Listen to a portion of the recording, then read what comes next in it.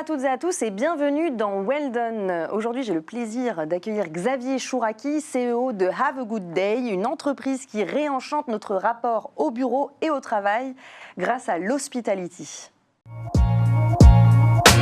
Bem-vindo! Bienvenue! Marhaba! Ciao. Bună ziua! Bienvenido. Sophie, ça t'a marché? Have a good day. A ضيافة الفندقية a serviço das empresas. Bonjour Xavier, bienvenue. Bonjour Claire. Alors explique-nous, qu'est-ce qu'on voit dans cette vidéo? C'est ça l'hospitality? Eh bien voilà, tout est décrit là-dedans. C'est comment accueillir et prendre soin des collaborateurs dans la journée. C'était quelque chose qui n'était pas réalisé ces 10, 15 et 50 dernières années dans les entreprises et qui était réservé dans les hôtels. Quand vous arrivez dans un hôtel, n'importe qui, on vous dit bonjour et quand vous êtes dans votre chambre d'hôtel avec le 9 ou le 0, vous pouvez descendre à votre réception, vous lui demandez ce que vous voulez. Et bien pourquoi ne pas rendre accessible ce genre de service dans les entreprises? L'hospitality, c'est les services au bureau. Alors, raconte-nous comment est né Have a Good Day. Have a Good Day, c'est né très simplement. Moi, j'ai habité à Londres pendant pas mal de temps, et c'est là où j'ai vu que des entreprises de type anglo-saxonne géraient ce qu'on appelle le lifestyle management, manager leurs collaborateurs en leur offrant beaucoup de services. On connaît tous l'histoire de Google en Californie, et c'est un petit peu ça, si on customise un peu.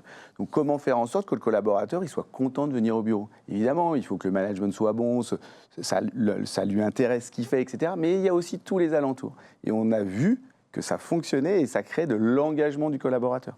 Donc c'est ça aujourd'hui l'hospitality, ça accompagne l'engagement du collaborateur à venir sur son lieu de travail. Et je fais un petit clin d'œil à revenir sur son lieu de travail, parce qu'avec le Covid, évidemment, il y a eu beaucoup de télétravail et ça peut aider à faire revenir le collaborateur un jour ou 2 jours de plus.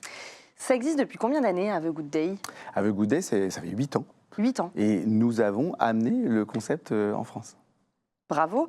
Alors, en quoi, justement, cette notion, on l'a dit, issue de l'hôtellerie, l'hospitality, est-elle pertinente pour les entreprises aujourd'hui? Il y a effectivement l'objectif de faire revenir les talents au bureau, mais quels sont les autres objectifs? Oui, non, c'est de créer une ambiance, Ouais. c'est de créer une atmosphère qui est bonne, et puis aussi faire en sorte que lorsque tu vas rentrer chez toi et que tu vas dire à tes amis, parce que tu vas dîner avec eux, ou même ton mari, et parfois même des enfants, « Ah ben aujourd'hui, il y avait un tournoi de PlayStation dans l'entreprise. » Ah ouais, mais elle est cool ton entreprise, maman.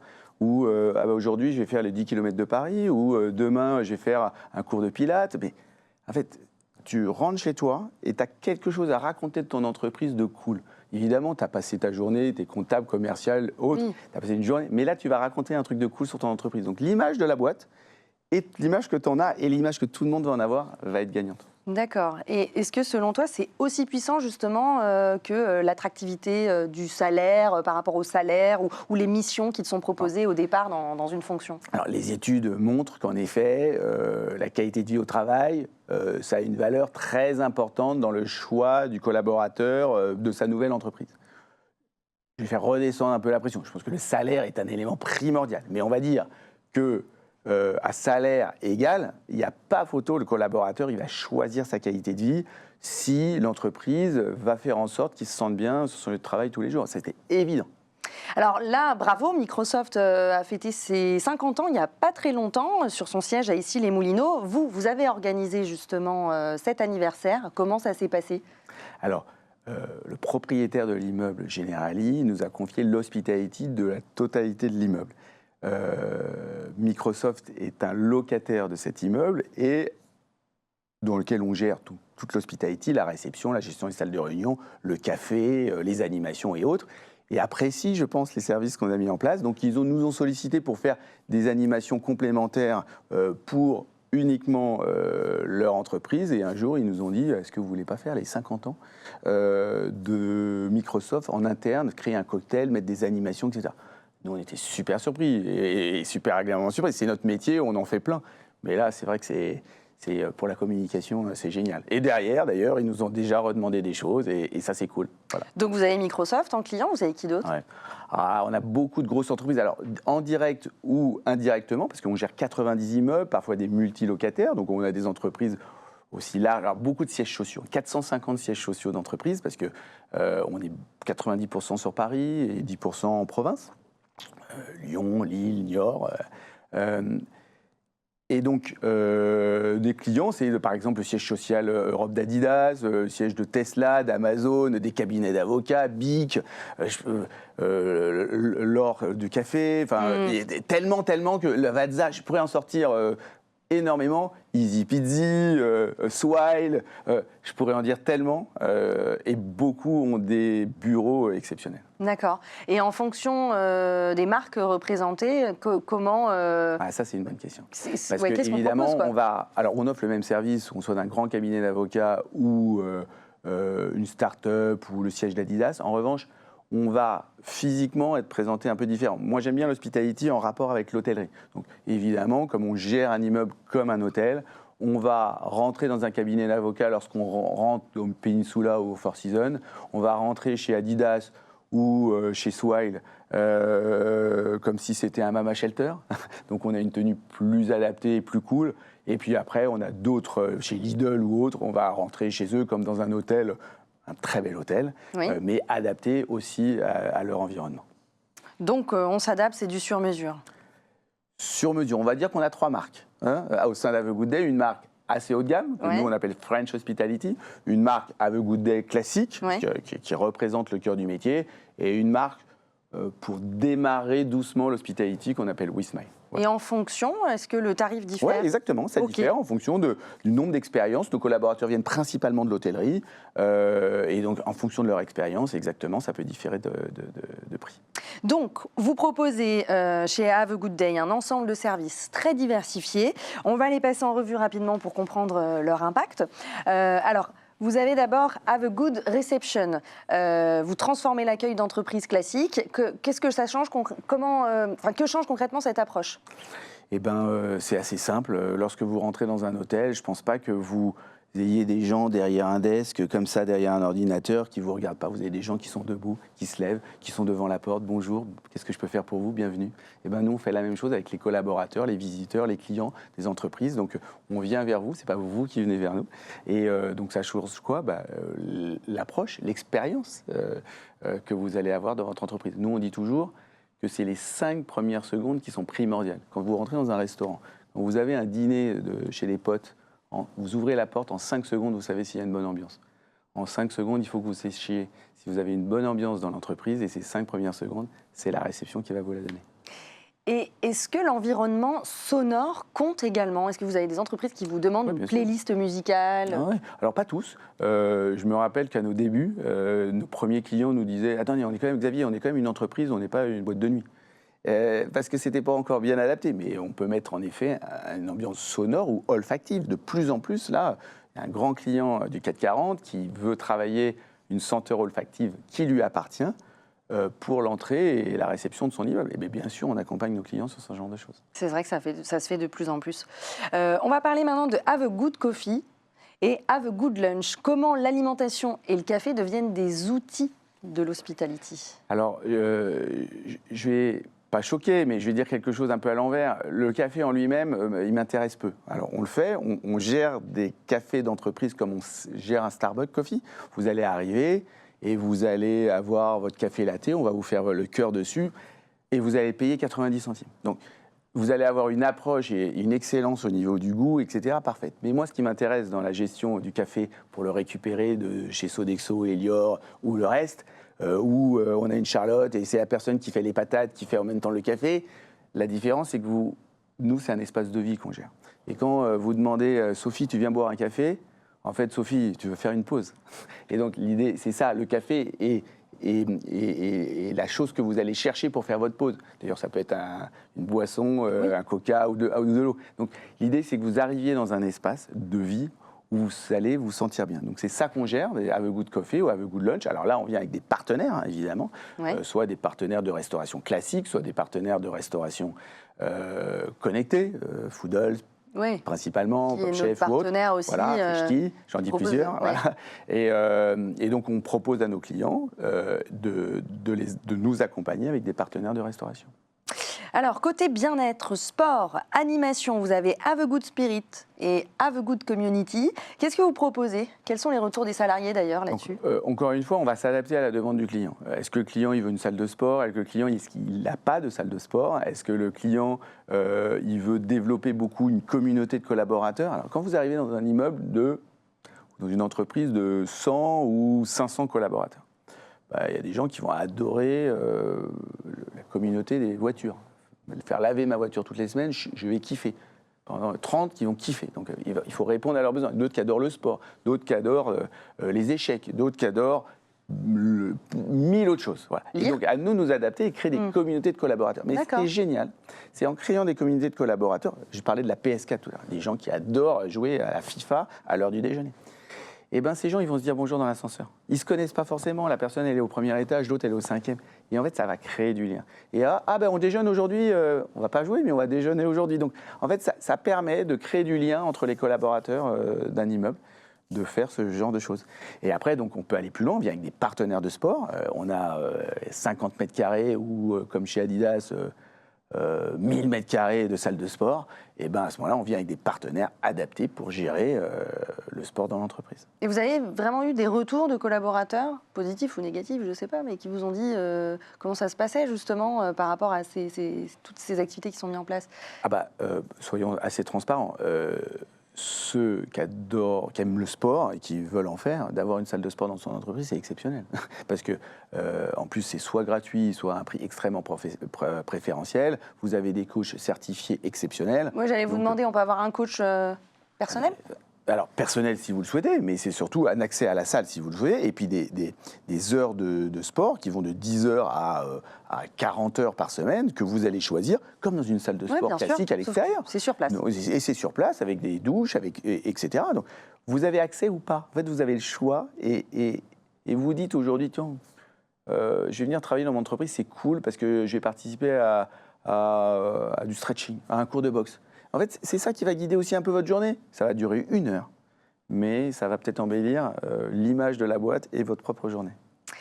Ensuite, vous avez comme service Have a Good Place et Have a Good App. Vous allez jusqu'à repenser l'aménagement des bureaux et l'expérience digitale au sein des immeubles. Alors, comment ces outils transforment-ils le quotidien des collaborateurs? Bon,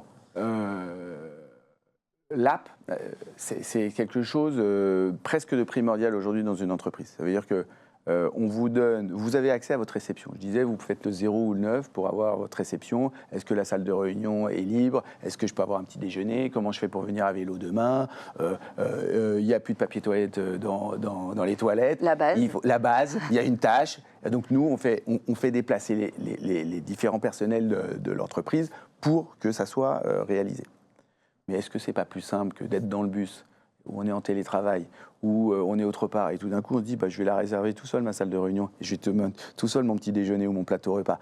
Tiens, je vais regarder quelles sont les animations qu'il y a. Tiens, je vais regarder quel est le sport qu'il y a pour demain, parce que je vais venir dans mon entreprise. En fait, l'app, elle crée un lien en dehors du travail qui permet, dans les heures de travail ou pas d'ailleurs, et qui permet de créer une amélioration du service pour le collaborateur. Il va me dire demain, j'ai rendez-vous avec... il va me prévenir, il va me dire demain, j'ai rendez-vous avec Mickaël Lejar à l'accueil.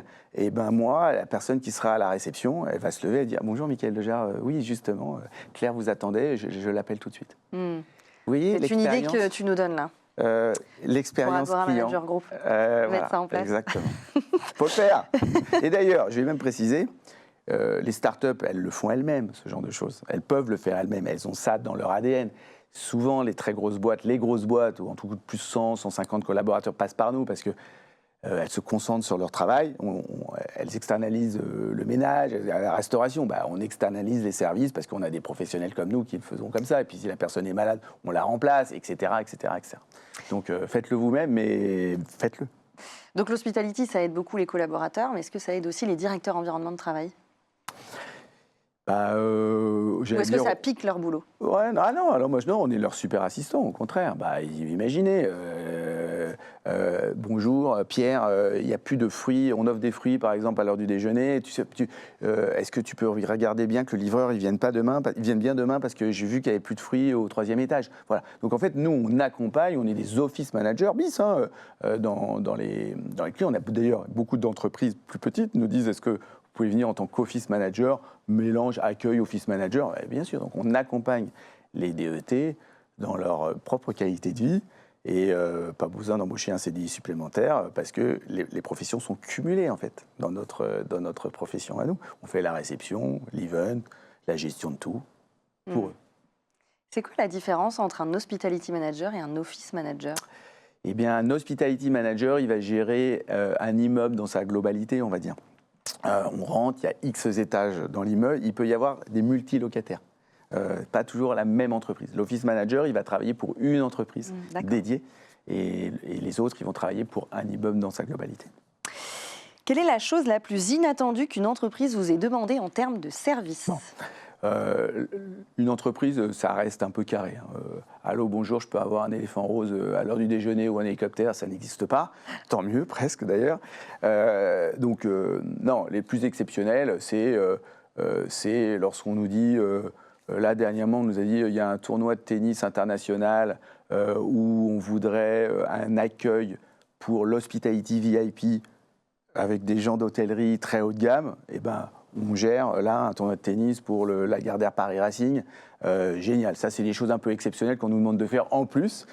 Donc, l'event, les 50 ans de Microsoft, une entreprise qui nous a demandé, une banque qui nous a demandé de gérer une animation pour 700 personnes ou un séminaire autre part. Bon, voilà, c'est des choses qu'on fait en plus. D'ailleurs, on a créé Have a Good Event justement pour répondre à toutes ces demandes qu'on nous fait. Et ça, c'est fun. Ouais.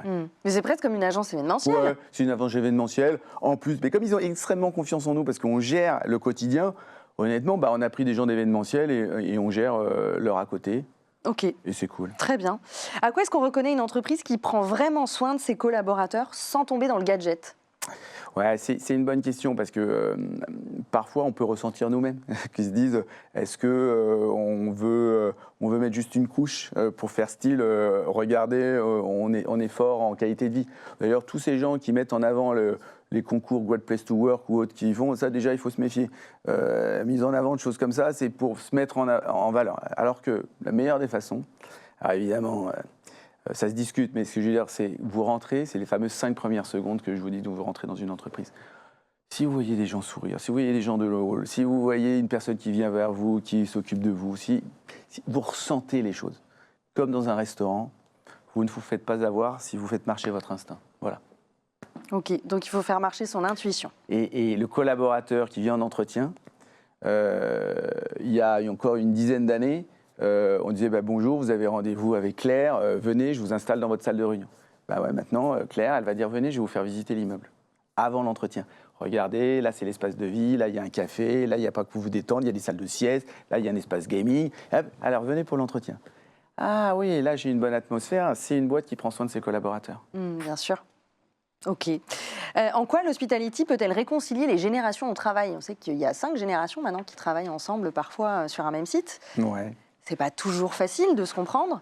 Non, alors on n'est pas une potion magique. Je pensais, moi. Ouais, ça serait super. Mais donc, pourquoi ? C'est ce que j'appelais sur la communauté tout à l'heure. On peut avoir... je me souviens à l'hospitality, un jour, sur un très grand immeuble, une grande banque, on m'a dit on va faire une animation échec. Moi, j'aime bien les trucs un peu tendance, pour être très transparent. On m'a dit échec, bon, ok, fais si tu le ressens. Ça a cartonné. Il y a 50 personnes qui ont joué au échec. Et dans les 50 personnes, il y avait aussi bien des jeunes que des plus âgés. Donc ça crée du lien. C'est ça que je dis. Donc les animations permettent de faire parler des gens qui ne se seraient pas forcément parlé dans l'entreprise. La fameuse personne qui est au 5e étage, au 1er étage, ils vont se connaître par rapport à différentes passions qu'ils ont. Selon toi, quelle place doit occuper l'hospitality dans les bureaux de demain ? La réponse est super claire. 100% des entreprises dans les 10 prochaines années vont avoir de l'hospitality. L'accueil en entreprise va être remplacé par de l'hospitality en entreprise. Et c'est pour ça que l'avenir est plutôt souriant pour des entreprises 100% hospitality comme nous. On va passer des belles journées, de plus en plus, finalement. En tout cas, on va essayer de faire en sorte que tu vas passer une bonne journée dans ton entreprise, tout en, évidemment, travaillant et te sentant bien. Voilà. Alors, chez Have a Good Day, dernière question, comment évolue votre modèle Quelles sont aussi vos actualités? Oui, bien sûr. Alors, on s'est créé il y a 8 ans. Je suis le fondateur. On est 260 aujourd'hui. On sera 340 à la fin de l'année. Pourquoi? Parce que ça, c'est l'évolution. C'est que de plus en plus d'entreprises nous demandent de gérer, de faire évoluer, de dépoussiérer l'accueil en gérant des services d'hospitality. Donc une grosse demande.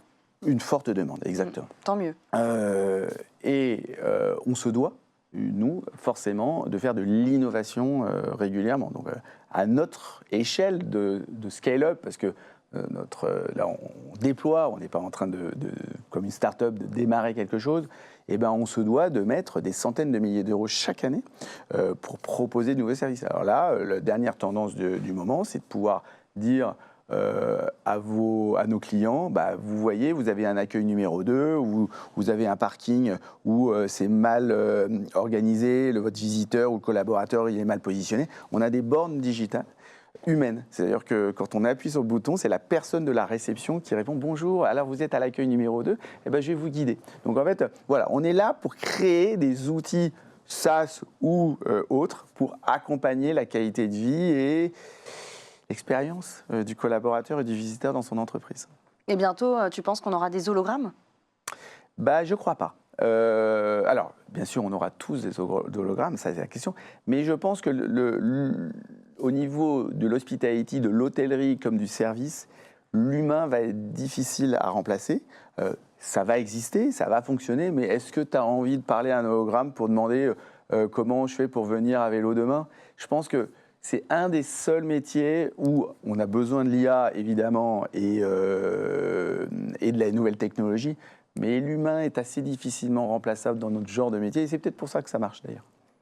Merci Xavier pour merci, cette plongée dans un univers où le bureau redevient un lieu de vie, de confort et de lien, on vient de le dire. C'était Well Done sur A News Work Well. À très bientôt pour un nouveau rendez-vous, et puis d'ici là, profitez, soyez heureux. Et j'ai envie de dire, je voulais faire un petit jeu de mots, have a good day.